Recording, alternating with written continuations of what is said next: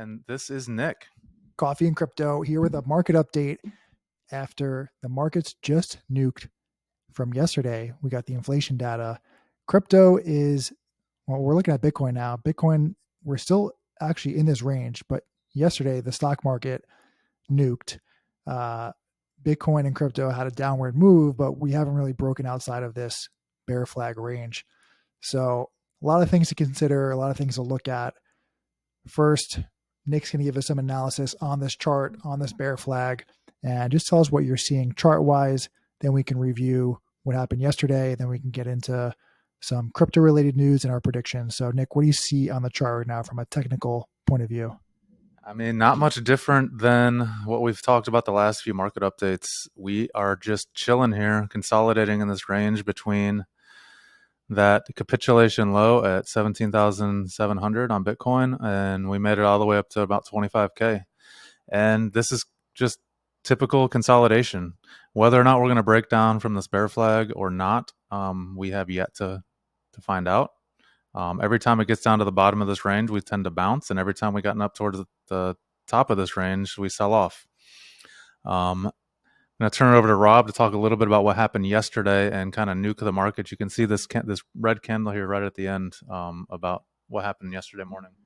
Yeah, so mid last week, we actually had a little bit of a rally up. And what was the high point of that rally, Nick? 22.6. Okay, so we had a nice little rally there. And then yesterday came Tuesday, and we got the inflation report at 8:30 in the morning.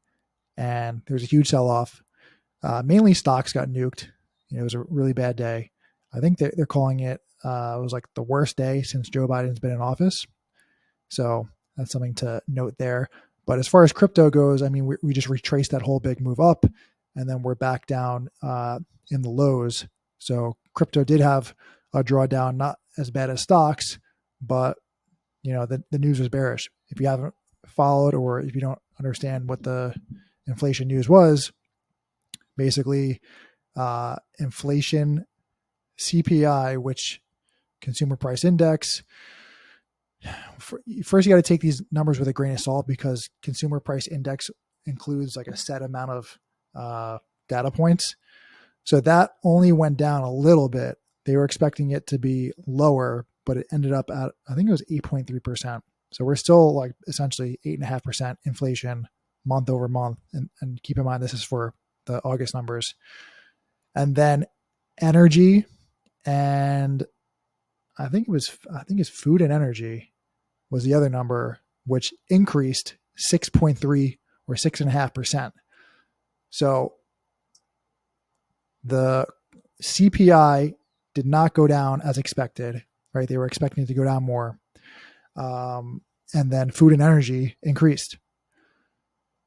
So the Fed's saying that they're not going to stop tightening. They're not going to stop hiking interest rates until they get to their target of 2%. So we're at 8.5% now, and we've basically been at 8.5%, plus or minus a couple points here and there. So what is it going to take to get to 2%? Well, Powell said in his last meeting, like we're in for more pain in the markets.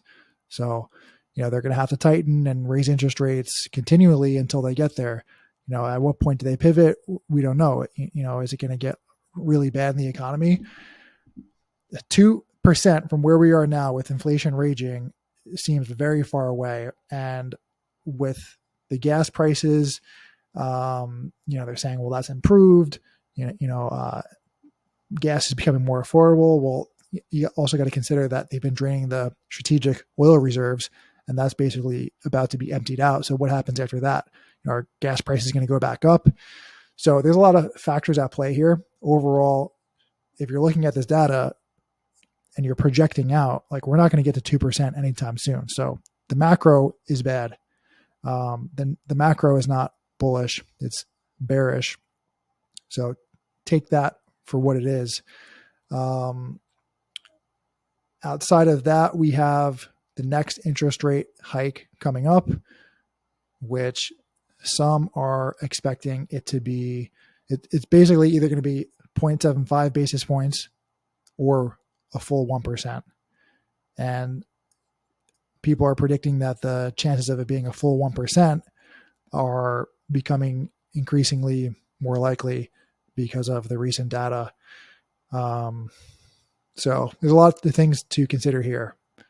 It's a matter of, well, do they raise rates at a slower rate, or do they take it head on and we're going to go harder and faster on the recession and on the more pain to come? So a lot of things at play.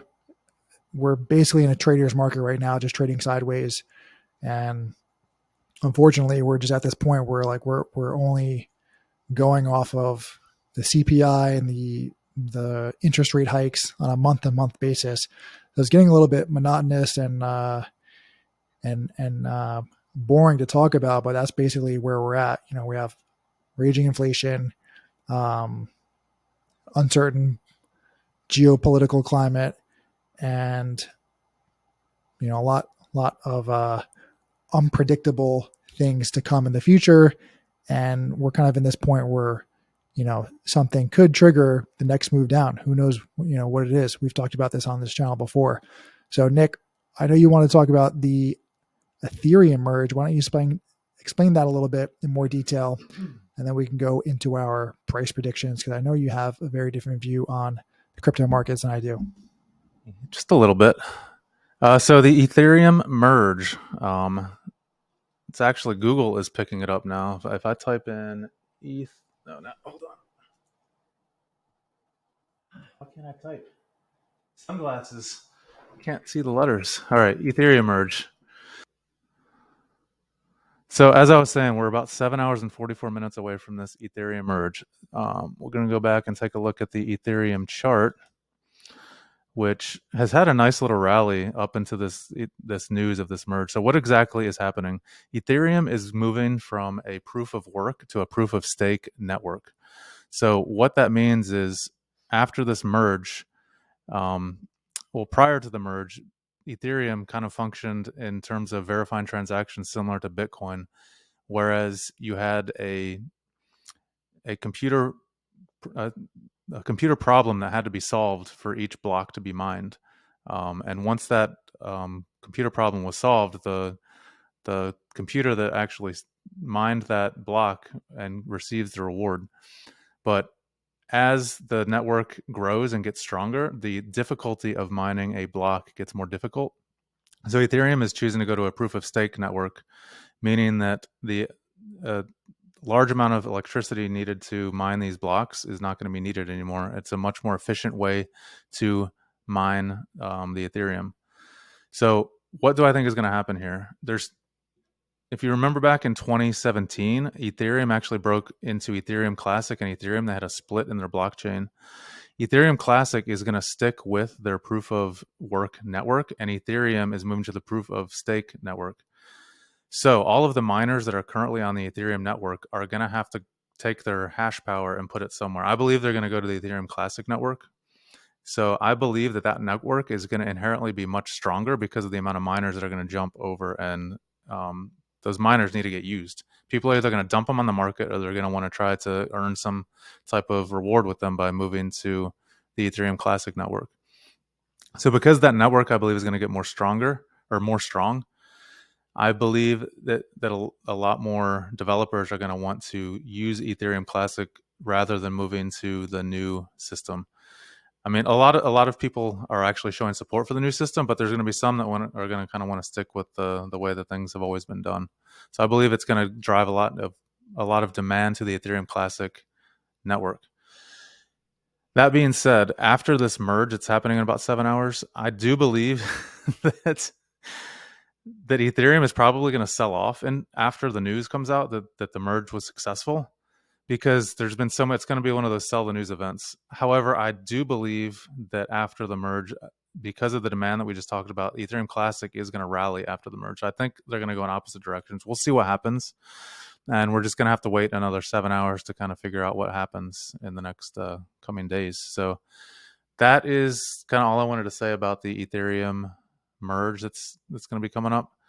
Rob, you want to talk a little bit about where you see the price of Bitcoin headed after this inflation data over the next coming days? Yeah, let's talk predictions. We have the interest rate hike coming up soon, and We have elections coming up soon, midterm elections.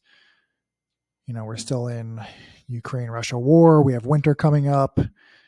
Could we be in another dark winter like we were predicted to be last year? Who knows? But let's talk about price predictions. I think right now crypto is it's a trader's market. So if you're into trading, then this is a good time to be in it because we're just trading bear flags, up and down moves that are good for getting in and out of quick, on short time frames. I think crypto is going to be going places and going up a lot in the future, but for right now, the macro is looking bad. So if you're looking to make money quick now by like buying and holding, now is not that time. So the strategy right now is just dollar cost average, hold for the long term. We're talking, more than a year at this point because just of everything that's going on, unless you're trading, right? Unless you're doing short trades, a couple hours, a day, couple days. But overall, the macro is bad. I do think we're going to trade in this bear flag, um, just boring, chop sideways around 20,000, potentially make another move down to the mid teens. I don't see us going much lower than the mid teens. I do think the mid teens are on the table, just given what the upcoming news could be and like how much work it's going to take to undo all the mess that's in the markets right now. So I think you could potentially see the mid teens in the near future for the next leg down. I think it's unlikely we go below that, like below $10,000, but I don't like, we're not going up anytime soon. Like we're not going to go 30, 40, $50,000. There's just no liquidity in the market to do that. So you gotta like look at the whole global macro situation. Like where would the liquidity come from to drive crypto up, the whole market cap of crypto and Bitcoin? Let's talk about Bitcoin, 30, 40, 50, $60,000, in a risk off environment. So I wouldn't expect that anytime soon. But if you believe in crypto, invest in it for the long term because that's where you'll make the real money and the real gains. Here you go, Nick. All right. I disagree with Rob. I only because I've watched these markets in the past. They always will. Well, most of the time they will bottom before all of the bad news is gone. Things look pretty bleak right now. However, I think that if Bitcoin holds $20,000 here, the 2017 high, I think we could be headed higher. However, if we start closing daily, weekly candles below 20,000, I do believe the teens are in play. So we're just gonna kind of have to wait and see. I mean, if there's like geopolitical problems, like Russia like starts a war on another country or something crazy like that, some black swan event, yes, I do believe that the markets will head lower. But like barring all of those other things, I think if we're just chilling, trading sideways, the path of least resistance is actually higher as long as we hold 20,000. And if we get above 25,000, this high right here, I believe 30. Where are we right there? 30 to 31,000 would be my target if we break 25. I think it's like a free ride if we break that level at this point because there hasn't been a lot of volume traded between 25 and 30,000. I think it'll be one of those days where you get a $5,000 candle. But we have to wait and see what happens. The other thing that we talked about was the Ethereum Merge. I think if you are going to be trading this market, long Ethereum Classic and short Ethereum into this merge. That's what I would say. You got anything else to say, Rob? Otherwise, we can close it out. Yeah, it was good. All right. Just quick word: we're not financial advisors, so do your own research before you make any financial decisions. We'll catch you guys next time.